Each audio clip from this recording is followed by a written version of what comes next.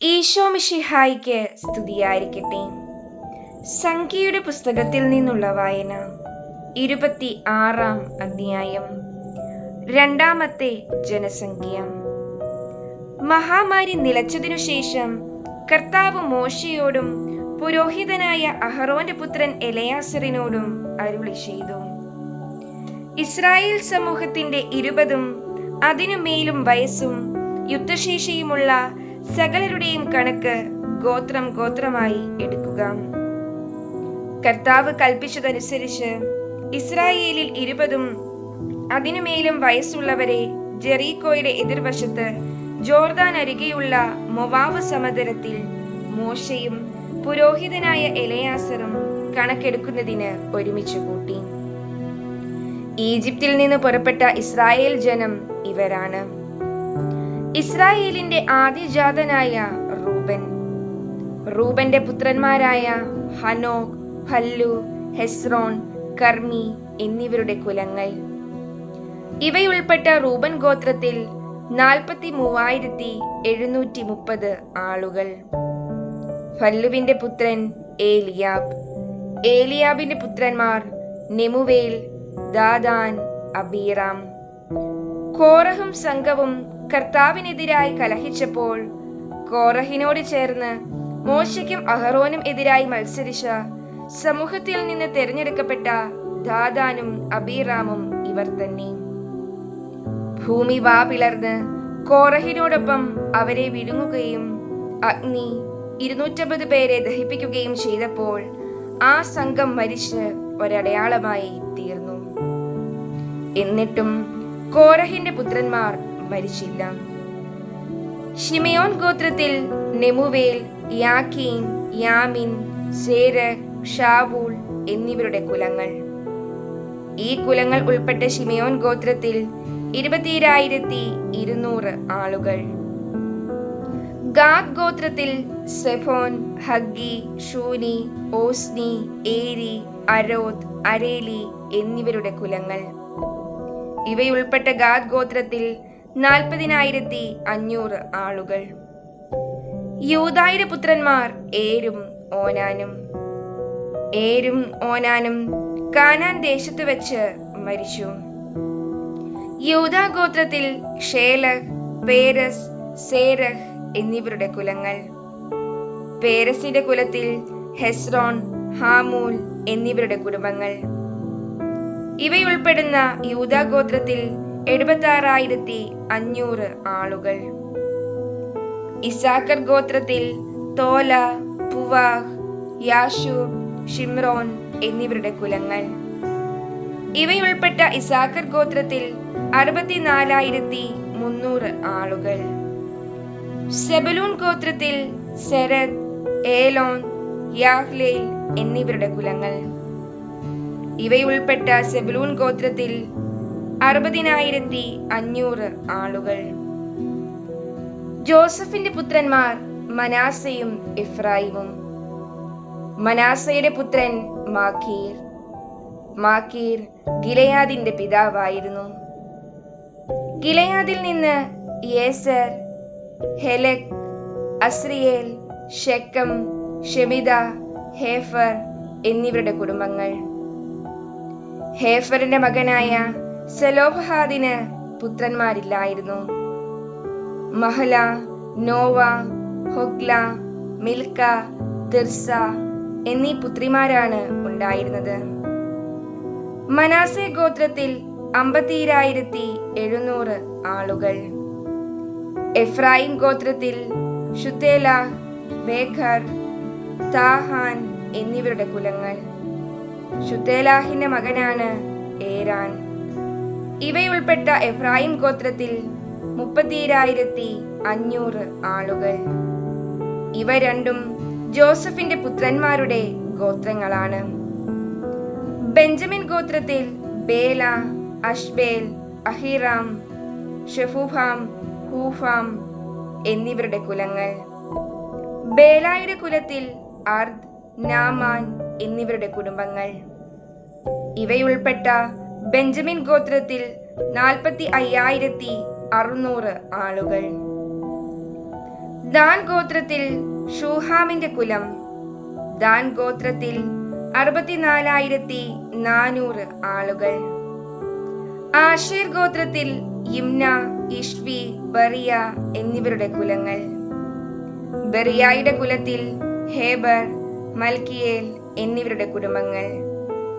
ആശേറിന് സേറ എന്നൊരു പുത്രിയുണ്ടായിരുന്നു. ആശേർ ഗോത്രത്തിൽ 53,400 ആളുകൾ. നഫ്താലി ഗോത്രത്തിൽ യഹ്സേൽ, ഊനി, യേസർ, ഷില്ലേം എന്നിവരുടെ കുലങ്ങൾ. ഇവയുൾപ്പെട്ട നഫ്താലി ഗോത്രത്തിൽ 45,400 ആളുകൾ. അങ്ങനെ ഇസ്രായേൽ ജനം ആകെ 6,01,730 പേർ ഉണ്ടായിരുന്നു. കർത്താവ് മോശയോട് അരുളി ചെയ്തു, എണ്ണമനുസരിച്ച് ഇവർക്ക് ദേശം ഭാഗിച്ചു കൊടുക്കണം. വലിയ ഗോത്രത്തിന് കൂടുതലും ചെറിയ ഗോത്രത്തിന് കുറവും. അങ്ങനെ എണ്ണമനുസരിച്ച് ഓരോ ഗോത്രത്തിനും അവകാശം നൽകണം. നറുക്കിട്ടു വേണം ദേശം വിഭജിക്കാൻ. താങ്കളുടെ പിതൃഗോത്രത്തിന്റെ പേരിലായിരിക്കും അവകാശം ലഭിക്കുക. ആളേറിയ ഗോത്രത്തിനും ആള് കുറഞ്ഞ ഗോത്രത്തിനും അവകാശം നറുക്കിട്ടു ഭാഗിക്കണം. ലേവി ഗോത്രത്തിൽ ഗർഷോൻ, കൊഹാത്ത്, മെറാറി എന്നിവരുടെ കുലങ്ങൾ. ലിബ്നി, ഹെബ്രോൻ, മഹ്ലി, മൂഷി, കോറഹ് എന്നിവരുടെ കുലങ്ങളും ലേവി ഗോത്രത്തിൽ ഉൾപ്പെടുന്നു. കൊഹാത്ത് അമ്രാമിന്റെ പിതാവാണ്. യോക്കേബേദ് ആയിരുന്നു അമ്രാമിന്റെ ഭാര്യ. ലേവിക്ക് ഈജിപ്തിൽ വെച്ച് ജനിച്ച മകളാണവൾ. ഇവളിൽ അമ്രാമിന് അഹ്റോനും മോശയും അവളുടെ സഹോദരി മിരിയാമും ജനിച്ചു. അഹ്റോന്റെ പുത്രന്മാരാണ് നാദാബ്, അബിഹു, എലയാസർ, ഇത്താമർ എന്നിവർ. നാദാബും അബിഹുവും കർത്താവിന്റെ മുൻപിൽ അവിശുദ്ധമായ അഗ്നി അർപ്പിച്ചപ്പോൾ മരിച്ചുപോയി. ലേവി ഗോത്രത്തിൽ 1 മാസവും അതിൽ കൂടുതലും പ്രായമുള്ള പുരുഷ സന്തതികളുടെ സംഖ്യ 23,000 ആയിരുന്നു. ഇസ്രായേൽ ജനത്തിന്റെ ഇടയിൽ അവർക്ക് അവകാശം കൊടുക്കാതിരുന്നത് കൊണ്ട് അവരെ അക്കൂട്ടത്തിൽ എണ്ണിയില്ല. ജെറീക്കോയുടെ എതിർവശത്ത് ജോർദാൻ അരികെയുള്ള മൊവാബ് സമതലത്തിൽ വെച്ച് മോശയും പുരോഹിതനായ എലയാസറും കൂടി ഇസ്രായേൽ ജനത്തിന്റെ കണക്കെടുത്തപ്പോൾ ഇവരെയാണ് എണ്ണിയത്. എന്നാൽ മോശയും പുരോഹിതൻ അഹ്റോനും കൂടി സീനായ് മരുഭൂമിയിൽ വെച്ച് എടുത്ത ഇസ്രായേൽ ജനത്തിന്റെ കണക്കിൽപ്പെട്ടവരാരും ഇക്കൂട്ടത്തിൽ ഇല്ലായിരുന്നു. കാരണം അവർ മരുഭൂമിയിൽ വെച്ച് മരിക്കുമെന്ന് കർത്താവ് അരുൾ ചെയ്തിരുന്നു. യെഫുന്നയുടെ മകൻ കാലബും നൂനിന്റെ മകൻ ജോഷുവയും ഒഴികെ അവരിലാരും അവശേഷിച്ചില്ല. ഈശോ മിശിഹായിക്ക് സ്തുതിയായിരിക്കട്ടെ. സംഖ്യയുടെ പുസ്തകത്തിൽ നിന്നുള്ള വായന. 27-ാം അധ്യായം. പുത്രിമാരുടെ അവകാശം. ജോസഫിന്റെ മകൻ മനാസെ, അവന്റെ മകൻ മാക്കീർ. മാക്കീർ ഗിലെയാദിന്റെയും ഗിലെയാദ് ഹേഫറിന്റെയും പിതാക്കന്മാർ. ഹേഫറിന്റെ മകൻ സെലോഫഹാദ്. അവന്റെ പുത്രിമാരായ Mahlah, Nova, Hoglah, Milkha, Tirzah എന്നിവർ മുന്നോട്ട് വന്നു. അവർ സമാഗമ കൂടാരവാതിൽക്കൽ മോശയുടെയും പുരോഹിതൻ എലയാസറിന്റെയും ജനപ്രമാണികളുടെയും സമൂഹം മുഴുവന്റെയും മുൻപിൽ നിന്നുകൊണ്ട് പറഞ്ഞു, ഞങ്ങളുടെ പിതാവ് മരുഭൂമിയിൽ വെച്ച് മരിച്ചു. അവൻ കോറഹിനോടൊത്ത് കർത്താവിനെതിരായി ഒന്നിച്ചവരുടെ കൂട്ടത്തിൽ ഇല്ലായിരുന്നു. സ്വന്തം പാപം നിമിത്തമാണ് അവൻ മരിച്ചത്. അവന് പുത്രന്മാരില്ലായിരുന്നു. പുത്രനില്ലാത്തതിനാൽ ഞങ്ങളുടെ പിതാവിന്റെ നാമം ഇസ്രായേലിൽ നിർമൂലനമായി പോകുന്നതെന്തിന്? അവന്റെ സഹോദരന്മാരുടെ ഇടയിൽ ഞങ്ങൾക്കും അവകാശം നൽകുക. മോശ അവരുടെ കാര്യം കർത്താവിന്റെ സന്നിധിയിൽ ഉണർത്തിച്ചു. കർത്താവ് മോശയോട് അരുളി ചെയ്തു, സെലോഫഹാദിന്റെ പുത്രിമാർ പറയുന്നത് ശരിയാണ്. അവരുടെ പിതൃ സഹോദരന്മാരുടെ ഇടയിൽ ഒരോഹരി അവർക്കും നൽകണം. അങ്ങനെ അവരുടെ പിതാവിന്റെ അവകാശം അവർക്ക് ലഭിക്കട്ടെ. നീ ഇസ്രായേലിയരോട് ഇപ്രകാരം പറയണം: ആരെങ്കിലും പുത്രനില്ലാതെ മരിച്ചാൽ അവകാശം പുത്രിക്ക് കൊടുക്കണം. പുത്രിയുമില്ലെങ്കിൽ അവകാശം സഹോദരന്മാർക്ക് കൊടുക്കണം. സഹോദരന്മാരുമില്ലെങ്കിൽ പിതൃ സഹോദരന്മാർക്ക് കൊടുക്കണം. പിതൃ സഹോദരന്മാരുമില്ലെങ്കിൽ നിങ്ങൾ അവന്റെ അവകാശം അവന്റെ കുടുംബത്തിൽ ഏറ്റവും അടുത്ത ബന്ധുവിന് കൊടുക്കണം. കർത്താവ് മോശയ്ക്ക് നൽകിയ ഈ കൽപ്പന ഇസ്രായേൽ ജനത്തിന് നിയമവും ചട്ടവുമായിരിക്കും.